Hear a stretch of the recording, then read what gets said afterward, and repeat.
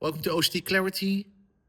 My name is Luc, and today we will continue reading in the OCD Clarity Action Plan. But I was just thinking, it's the 27th of December. We had Christmas, and we are reaching the end of the year. And this particular period of time, I really hated. And I felt so hopeless for years when I was severely suffering with OCD, generalized anxiety disorder, and panic, and also depression, because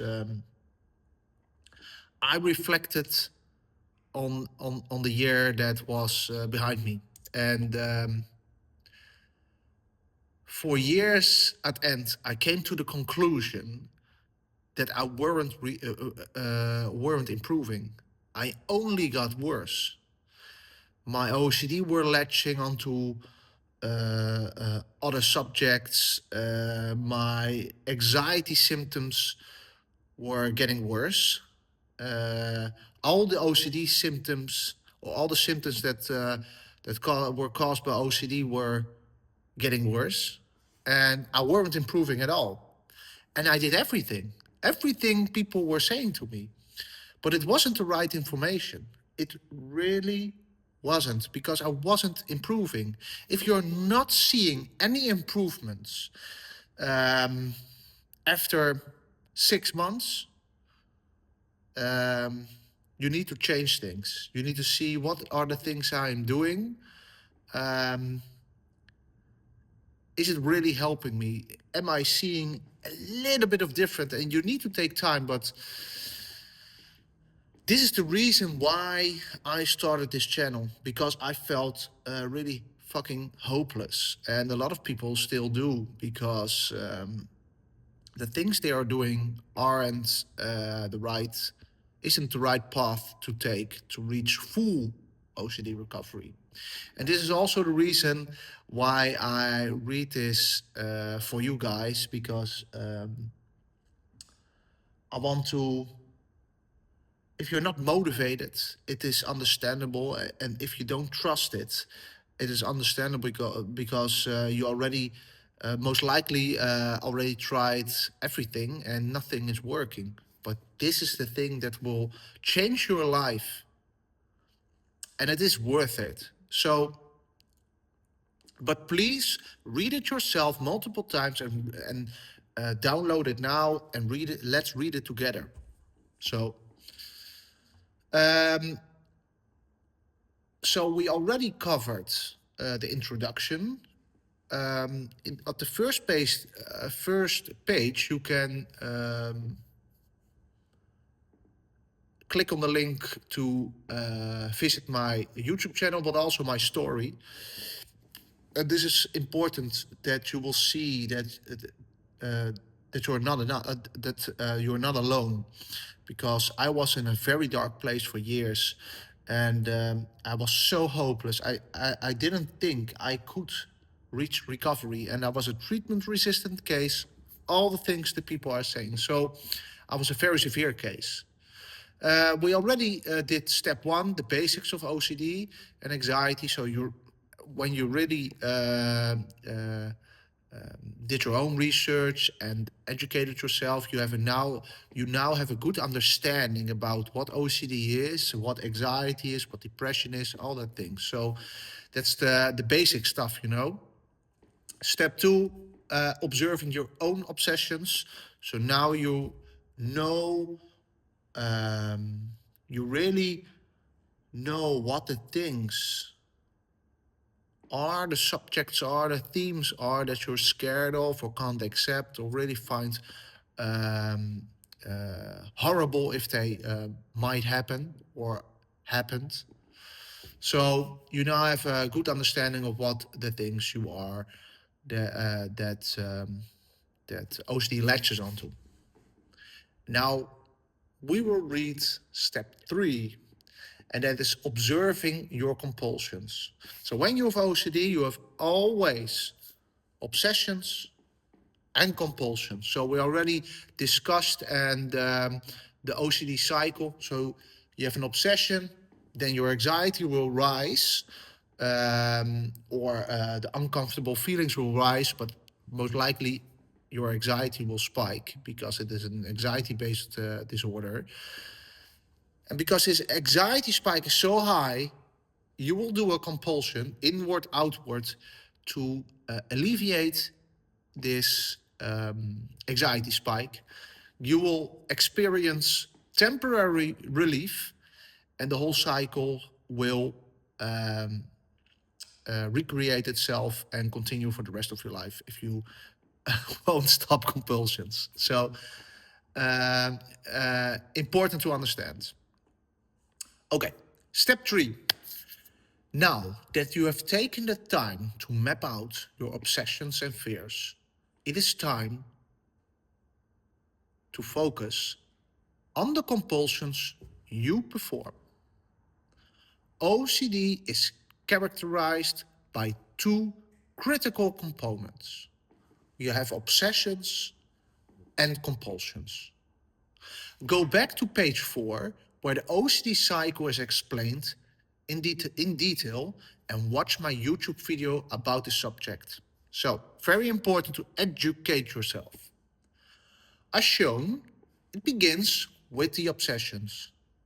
With the obsession. This triggers intense anxiety, which lead to performing a compulsion in an attempt to reduce or eliminate the distress. While the compulsion may provide a brief moment of relief, it is always temporary. Always temporary. It doesn't feel this way.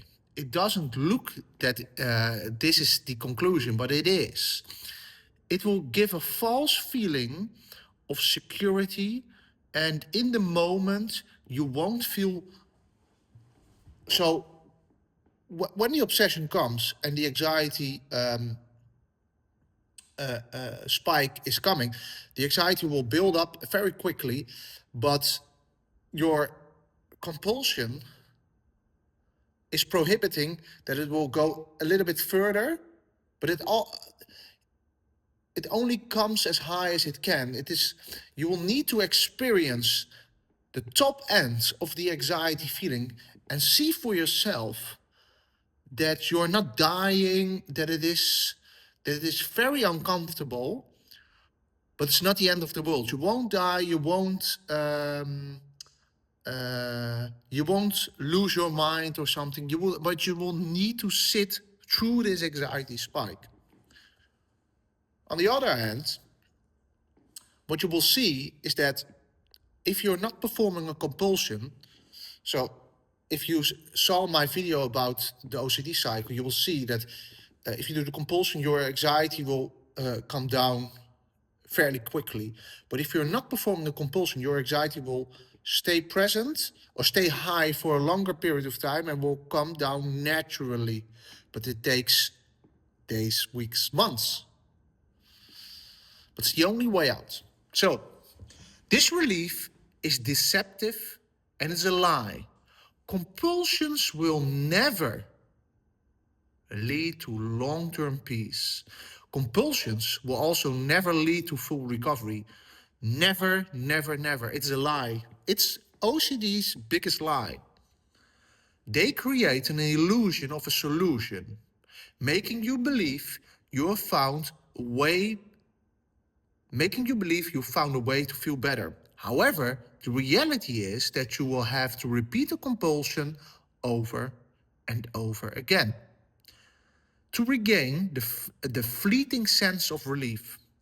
Worse still, the duration of the relief will grow shorter over time, deepening the cycle of distress. So first, when you do a compulsion, the relief is so big, you think you figured it out. You have the solution. But this feeling of relief will get shorter and shorter and shorter over the period of time you perform these compulsions. And at the end, you will be performing compulsions to complete fucking day. The obsession will reoccur constantly, and your relief will get shorter and shorter and shorter. You need to do this compulsion or another compulsion to alleviate the anxiety. So,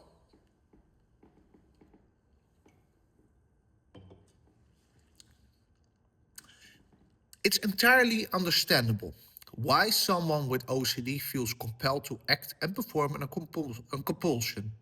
First, because the discomfort feels unbearable for the sufferer. And second, because OCD feels as real as it gets.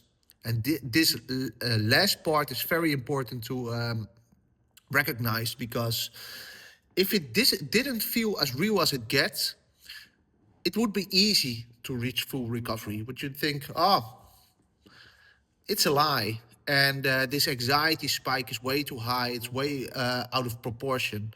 But because it feels as real as it gets, this is the reason why it's so hard.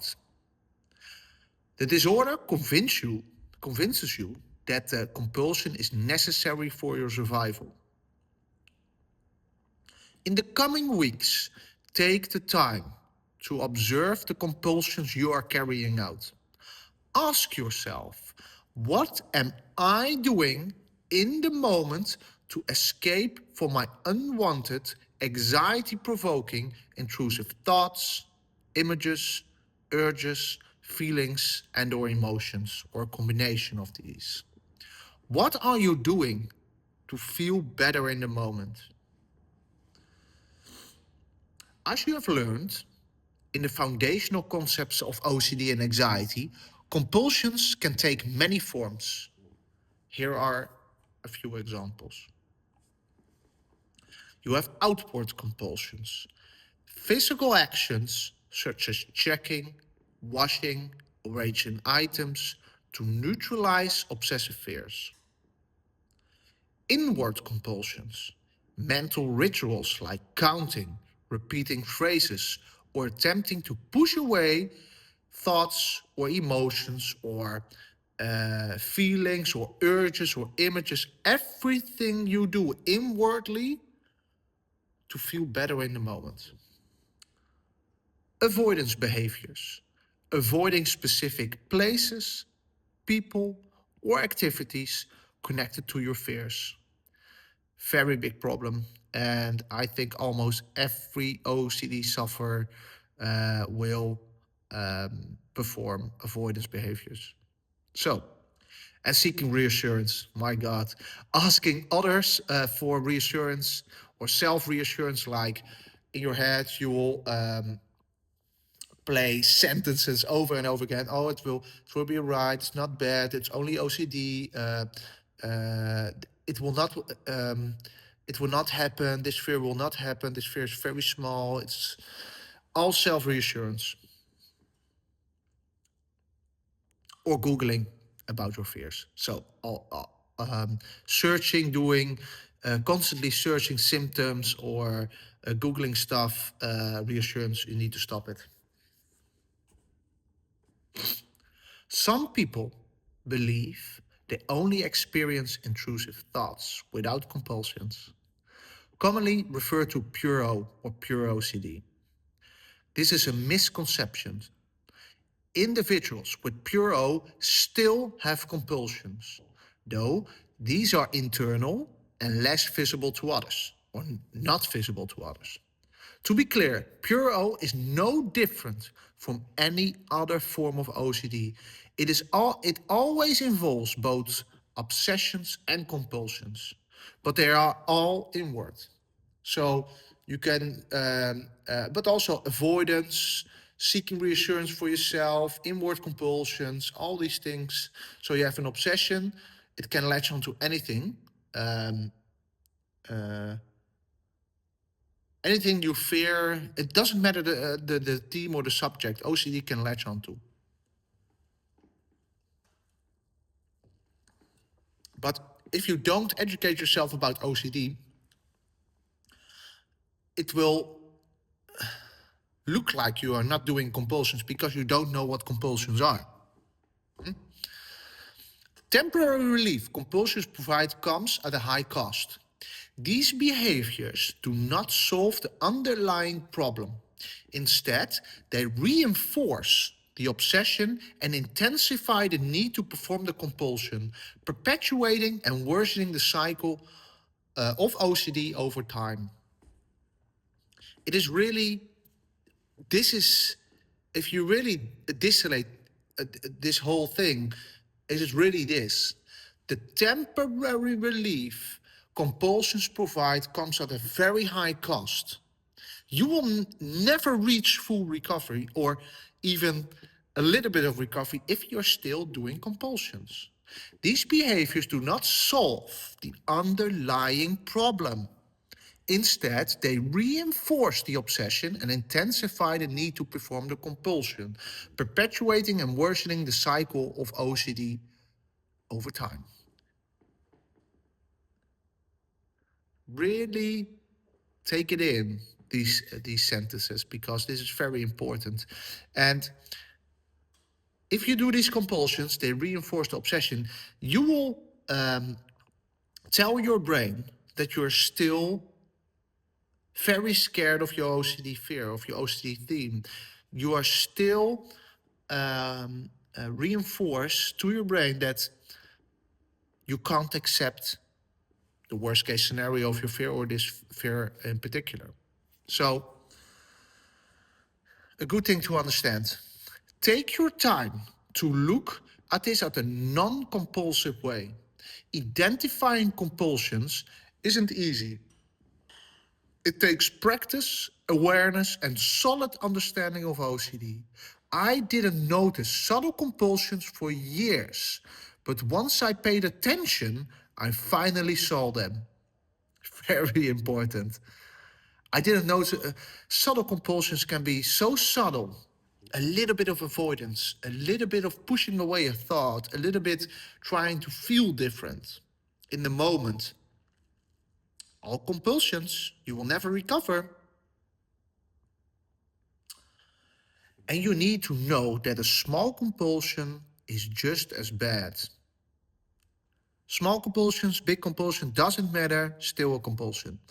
You need to treat all compulsions the same. A small compulsion is still a compulsion, and if you are doing a compulsion, you will never get better from OCD. But also, don't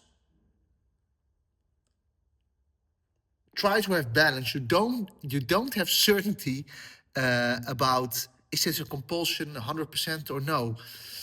That's OCD. You need to go with uncertainty sometimes, but the most simple thing, am I performing an act or an inward compulsion to alleviate my anxiety in this moment? That's the important thing to really know.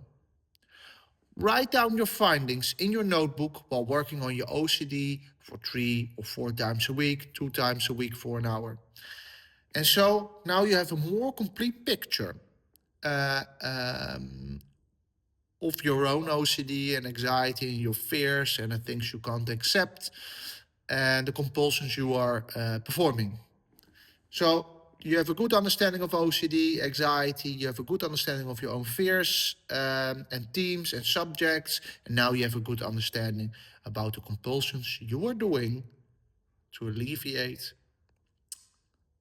your anxiety. So the next step will be creating a hierarchy of your fears. Important. But that is for another video. If you have any questions, please reach out. If you have any suggestions, please reach out. And please help me grow the channel. Give it a like. Give it a comment. And if you need any help, I do one-to-ones. Please, there's a link down below that you can use to schedule a meeting or schedule a one-to-one. And if you have any questions or you prefer a different method or something, please reach out via my form on my website or info@ocdclarity.com. Thank you very much and have a nice day.